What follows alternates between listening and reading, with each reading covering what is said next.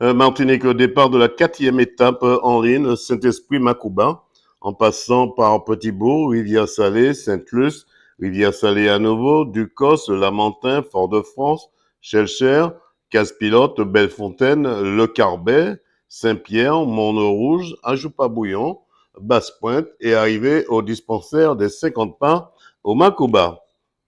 Écoutons quelques réactions et le bilan de Guilbert Emely. Cadet Sony en tant que winner team CCL. Alors, Cadet, comment ça s'est passé cette étape Saint-Esprit, Macouba?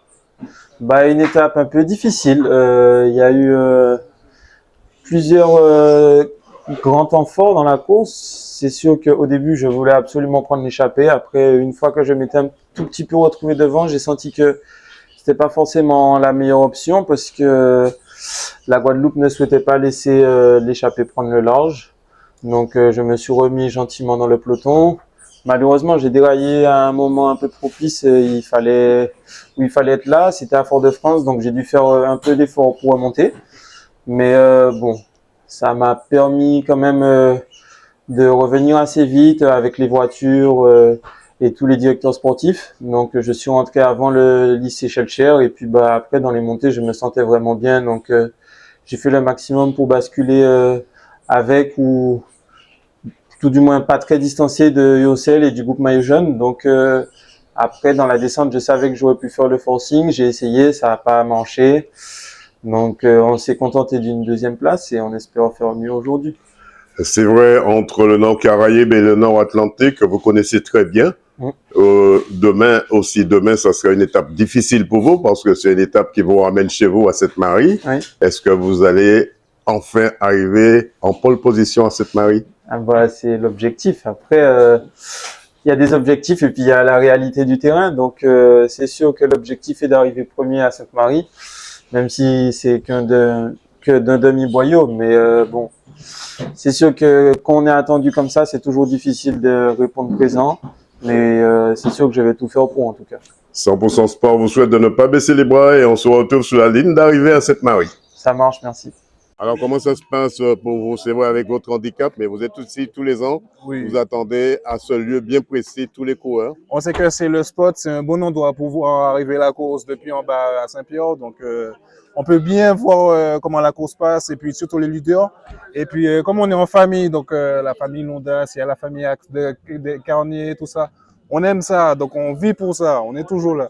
Rodrigue qui doit être content de vous voir quand il passe, Rodrigue. Toujours, la famille, comme on dit, je suis toujours là pour lui. Ça va jamais finir, c'est le sang, donc on est là. Madini Labaker, on est là aussi. Alors, le trophée des champions. Allez Paris. 100% Sport te souhaite de ne jamais baisser les boissonnets pour retrousser tes manches. Toujours, on est là. Alors Ino, comment ça s'est passé ce parcours, cette 4e étape aujourd'hui? C'était prévu d'arriver avec le peloton, mais j'ai mal jaugé mes calculs. Alors c'est pourquoi je suis arrivé un peu loin. Mais je suis content de ma performance parce que j'ai 3 mois d'entraînement. C'est pratiquement impossible qu'un humain peut avoir cette faculté de pédaler autant. Voilà. Depuis quand tu montes? 10 avril, j'ai repris le vélo. Je suis 4 ans sans pédaler.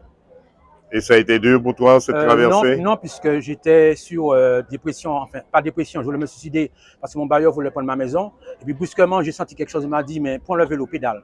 J'ai dit... Son sport te souhaite de ne pas baisser les bras si ce n'est pour retrousser tes manches. Oui, j'ajoute un mot. Les premiers peut-être allaient me joindre, mais les autres non, parce que si j'étais pas malade, je pense que j'allais peut-être arriver beaucoup plus devant. Voilà. Mais je suis... Guilbert, un bilan de cette étape montagneuse, Saint-Esprit Macouba. On avait déjà dit la semaine dernière, on allait secouer les cocotiers dans cette portion de route Nord Caraïbe et le Nord Atlantique. Un bilan sur cette étape? Écoutez, c'est l'étape qu'on attendait, la première, on va dire, de la montagne. Parce que, attention, demain, j'ai toujours dit, ça peut être avec les contreforts aussi difficile qu'aujourd'hui. Mais cela dit, on a changé de nos habitudes. On a d'habitude des coureurs qui arrivent dans la montée sur le Mont-Rouge et qui nous font un spectacle. Mais cette fois-ci, on a Arnaud Tremblay, le Canadien, qui est parti. On le sentait très bien. On savait qu'il aurait pu arriver au Mont-Rouge en tête. Et il a été rejoint par Noah, effectivement, Olembe. Olembe qui est donc de Martigues, qui a fait sensation. Mais dans la montée du Mont-Rouge, on a senti que Olembe était quand même un coureur exceptionnel, ce coureur de Martigues, et que les autres peut-être allaient faire un rapproché, mais ne pourraient pas revenir. On attendait, vous savez, dans une partie de cette montée sur le Mont Rouge, il y a la croix.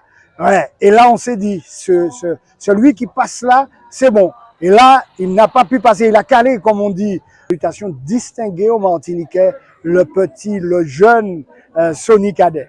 Sonny Cadet, qui est de la commune de Sainte-Marie, justement, et qui revient de la métropole. À chaque année, il participe à ce tour.